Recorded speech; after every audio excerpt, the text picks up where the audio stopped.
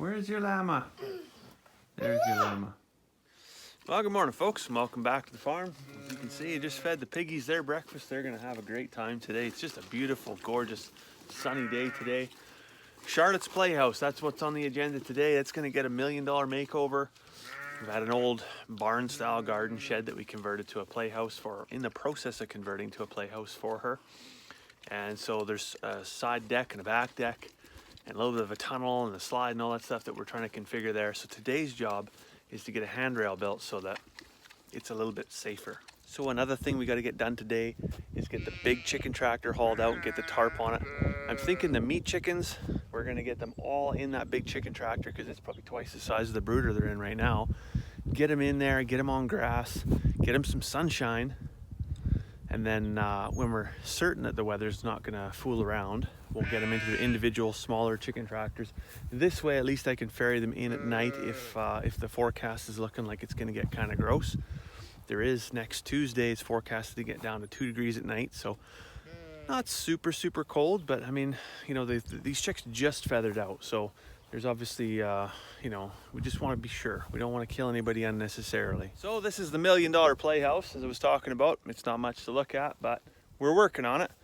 And by working at it, I mean all of this. Yes, there's the 2 side decks, the back deck, and the trash can to have, you know, hot dog, wiener roast, anything you want. No, just kidding. That won't actually be there. That's just for our wood scraps so we can collect them all up. But anyways, just around the back here, I'll show you. This is the back deck. And then there's 2 doors that open up right there so the kids can come out, and then they crawl through the tunnel. The tunnel's not completely built yet. Onto this deck there's going to be a rock climbing wall, the slide, a second rock climbing wall. I'm not really sure what's going to come out of here. Probably like some crazy pirate swing or something like that, but it's going to be a lot of fun. She's really going to enjoy it. So I pretty much work on the Playhouse Supreme until my fingers are raw. Now in the heat of the day, I kind of want to be under a little bit of cover. So I'm going to come over here and put the big chicken tractor together. Yes, together. There is some assembly required. Really just the tarp. Just get the tarp on, get the bungees on. Then we'll get water and food moved over. And then we're going to move some of the chicks over. Not all of them, just some of them. And see how they fare overnight. So we are in the big chicken tractor. The roof is on, so we are all set. We've got 1 box here with our, how old are they now, Charlotte? 3 weeks, 4 weeks? Almost 4 weeks old chicks. And they're pretty well feathered right out, so we're gonna go ahead and let them loose on the grass. Are they so cute? Should we let them out? Yeah. Okay, chickens. Slowly roll the box over.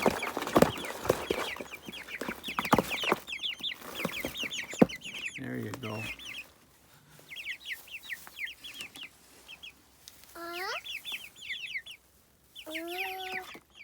So this is only 5 of 75. I think I'm gonna get 5 more. These 5 were actually pretty hard to catch by myself. Well, folks, we're on to day 2 of this video. I never got finished yesterday. Sometimes things, when you're working on stuff like this, you just need both hands. So we did quite a bit of work actually on that. We got most of the railing up. We're gonna finish the railing today. But while we're doing that, we're gonna keep Charlotte entertained. So we're gonna have a pool party. Yes, we got the awesome fishy splash park rigged up here. I'm just gonna go up and turn the water on at the house. Then we're gonna check in with our meat chickens and see about some breakfast. Oh yeah, that's exactly what I'm talking about.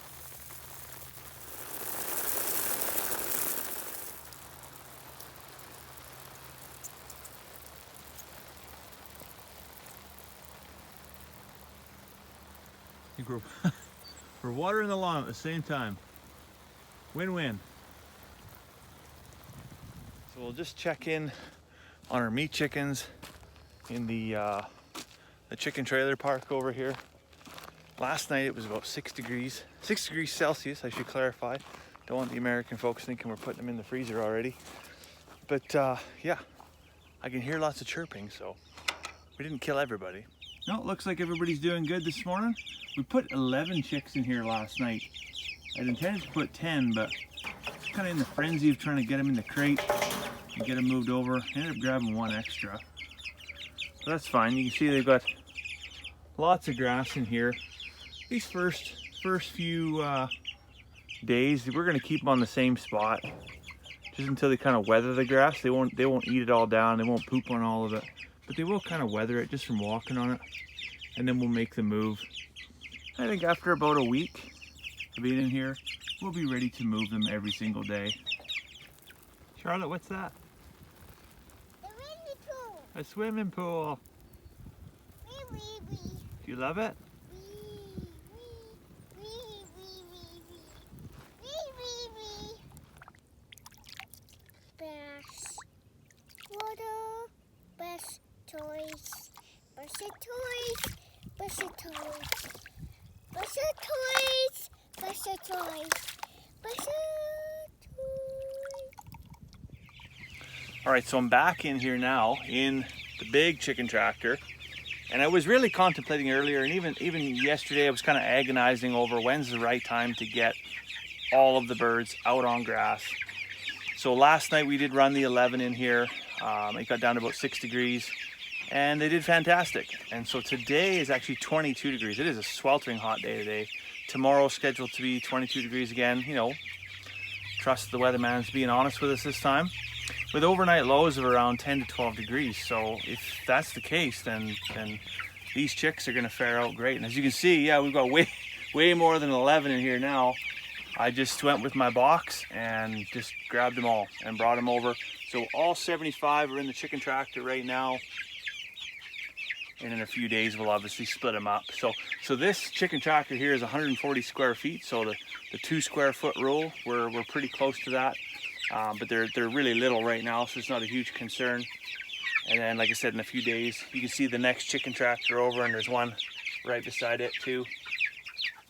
We're gonna split off. What are we gonna do here? Probably 20, 20, and 35 in this one. And I think we'll have lots of room for activities. One of the big things with healthy chickens, I mean, it's not just moving them every single day. That's a huge portion for sure, keeping them on clean ground. The other thing is clean water. So you can see over here, we got 2 waters. So they're just coming off of this gravity or vacuum style water, sorry. And we did not train them to the nipple water inside the brooder. And there's a reason for that. And the reason for that is because as they peck, there's always a drip that lands on the floor, and a drip that lands on the floor makes for a stinky hot mess, especially this time of year when it gets up to 18, 20 degrees. It can make that brooder just absolutely putrid. So what we've got here is the horizontal nipple water, and I've just gone ahead and flicked the nipples a little bit till a drop of water is there. So as they pass by, they'll identify that. But this is still there. This is what they're comfortable with. This is what they're familiar with. This is full. We're gonna let this come down, and when it's empty, hopefully by that time, they've figured out how to use this. Really easy to check, right? Just lift the lid and see if they're figuring it out or not. And if for whatever reason this is still full by the time this is empty, which will only be about a day and a half, then we'll just top it up one more time until they figure it out. So I really like this spot where we picked in between the chicken poops already laid down. You can see in here, we've got a little bit of alfalfa, some dandelion, and some clover. Clover, I was just watching a video yesterday on Pasture's farm. Turns out, and I didn't realize this, turns out clover is like super high in protein, like between 20 and 30%. So, you know, an average of 25 to 26% protein apparently. So this is a really good strategic spot to get these chicks started out here. Unbeknownst to us, but you know, I just kind of drug it where it looks somewhat symmetrical with the yard, just so the neighbors didn't drive by and think, what the heck are they doing with this giant tent in the middle of their yard? But no, it worked out to be a really good spot. I'm thinking, you know, earlier today I was talking, I thought they were only going to weather this grass, but if you have a look here, let's see what they're doing. So these chickens are just going to town. They are just mowing down on this grass like it's an all-you-can-eat buffet, which is fantastic. That's exactly what we want them to do. But I mean, it's been, you know, 11 months, I think, since we had meat chickens here. So you kind of forget what it's like, right? How hungry, there's just an absolutely voracious appetite on these birds. So we'll check in with them again tomorrow morning and maybe we will be moving tomorrow morning. And if we are, that's fine. A move is real easy, real simple. The only thing we got to watch at this age, because they're still on the smaller side, is when we pick up and move, we want to make sure we don't run anybody over. We've done that in the past. That was not good. So now these birds don't just like strip it down to the dirt and then just leave like barren soil there at all. They do clip it down really low, almost to the root, almost to the soil level. But what they leave behind is pure gold, very nitrogen rich chicken squat, chicken manure.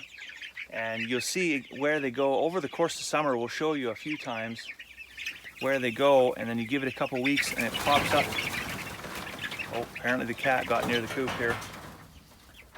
Anyways, the grass will grow up much higher, much greener, much lusher because of all the rich nutrients that these meat chickens are leaving behind. So that's fantastic for us here because we live on a hill and we've been wind swept and water swept, and a lot of soil compaction. Just really overall, we've been dealing with a lot of poor soil health, you know, and we've seen vast improvements over the course of the last, 4 years that we've been here. But that doesn't mean the work is done, right? The work is constantly ongoing to help improve the soil, and chickens are a part of that equation. All right, now that the chickens are done, it's time to get after the taters. Yes, that's right, chicken and taters is the subject of the day. We're gonna take the Broadfork out for its maiden voyage. I know it's got a little bit of dirt on it. We did christen it just to see how well it would work in some heavy, heavy clay. But now we're gonna take it to the garden for exactly what it's intended for. All right, so this is a spot where we're gonna plant some potatoes today. As you can see, we've got some hills already in place. We've mulched them. The chickens are doing chicken stuff in there. I don't know if it's a pain in the butt yet or if they're actually helping me. That remains to be seen.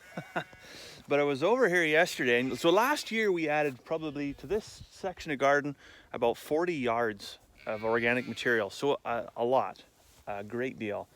And it was surprising because I did till this up in the spring with the intent of actually getting some no-till beds built. So I had to break up the soil in order to build the beds so that in future years I won't have to till it. When I tilled this, what I noticed was within 2 days after a rainfall, within 2 days it was back, compacted, compressed, and just really, yeah, it's not that great. And so with the soil amendments, we understand this is a multi-year project. And I did actually have our old Gilson tiller tractor over here. That's what I was using. It's parked here because that's where it ran out of gas, conveniently enough, kind of right in the way. But there is one stretch here. You can see there's a bit of weed growth right there. And that's where that's where the potatoes are gonna go today. Our first row anyways. There's obviously gonna be a few more rows. But we're gonna plant a row here. And so the bed prep for this, because I couldn't get in here with the tiller, that's where I'm gonna use this Broadfork. And I'm a virgin when it comes to Broadforks. I've never used one before, other than obviously the other day when I sunk it in the clay just to see kind of how it would work. But I mean, if YouTube's to be believed, you're nobody in a garden unless you got a Broadfork. And so I kind of thought they were oversold. Let's find out together. So this is a 24-inch Broadfork. It's a 5-tine Broadfork. Actually, my wife had this custom made for me. So we'll go ahead and see how it works. Our intent is to build 30-inch beds. So the 24-inch Broadfork works really good to get in there. Just really good spacing. So my understanding is you just stick it in there, and you can see already how solid the soil we're dealing with is, because we can only get down half the depth of the tines until we hit what seems like concrete pavement. But we'll get about 2/3 down there now. We'll just go ahead and peel her back and just loosen the soil a little bit. We're not going to obviously try and work it up. We're just trying to aerate it, right? Let the oxygen in there, let the water in there, and let our plant's roots get in there. So once we do this whole row, we're going to put some of the seed potatoes that we got from Vessie's the other day in here. And Carmen and I joked the other day how, you know, we get 3 pounds of potatoes from Vessie's, and you're expecting to get, you know, about 10 or 12 potatoes in a bag, but you really only get 1 or 2 big potatoes, and that takes up half the bag, and then you're kind of left with a few little pebble looking potatoes that you don't think will amount to too much. But So this isn't the easiest task by any means, but it will be interesting by comparison to see in future years how we make out with this. I was watching a YouTube video yesterday by Quebec Homestead. Mallory was showing how she used the Broadfork to plant carrots. And after a few years of gardening, I mean, she could reach into the bed here. She could reach down in clear into her elbow in really well amended, good organic based soil. So stay tuned in future years, folks, and we'll see what kind of success we have with this method.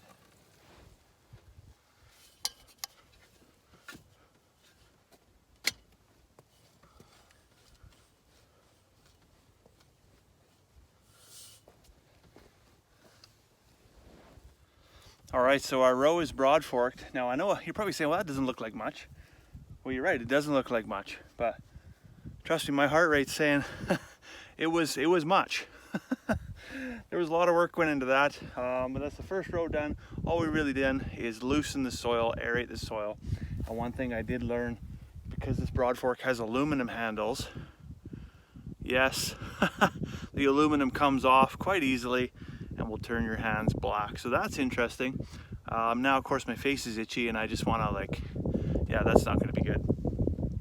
So next time, note to self, lesson learned, wear a pair of gloves. I can't cross the tunnel. I can't cross the tunnel. I can't. I'm back. You're back.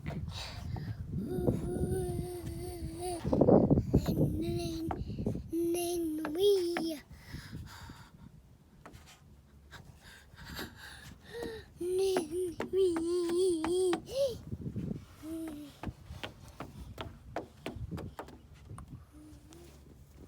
Go give him the grain. Do you want Daddy to come with you? Yeah.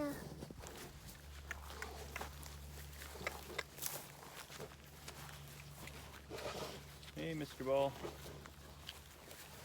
You give him the grain.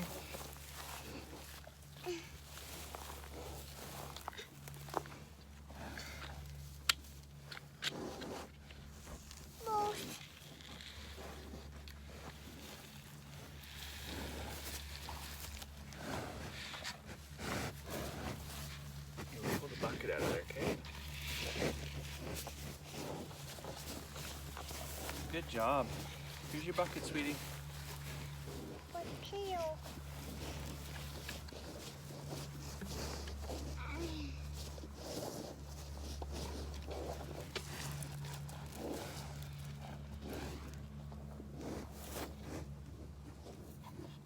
Good job.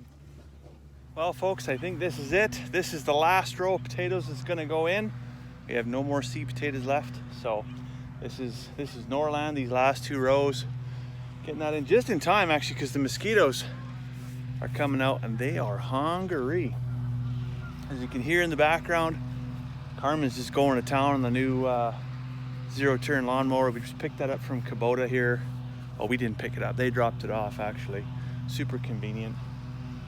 And yeah, it's working fantastic. Cuts down our mowing time incredibly.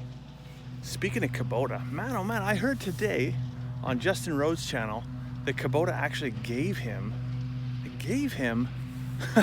a tractor. So that's awesome news. I'm super happy for him. A little bit jealous, I gotta admit, but that's pretty cool anyways. All they gave us was a little tiny tractor, like a little toy tractor for Charlotte. But, oh well, I guess we both got a tractor, right? So I'm here in the greenhouse at the end of the day, and I'm just putting Charlotte's tools away after a pretty full day out in the yard. You know, sometimes when you're gardening, you're homesteading, you're farming, whatever you're doing with your kids, you really do struggle to think, you know, am I raising these kids right? Am I teaching them what they need to learn? But I got looking at these tools. I mean, we just got her these tools. I thought they were kind of a cool thing to be involved in what we're doing. But I mean, look at these things. They got real dirt on them. Like, she's actively working in the garden with us. And so that makes me feel a whole lot better. I think we're on the right path here. Anyways, I think it's time for a cup of tea, so I'm gonna let you go for now. I hope you have a fantastic evening. We'll see you tomorrow.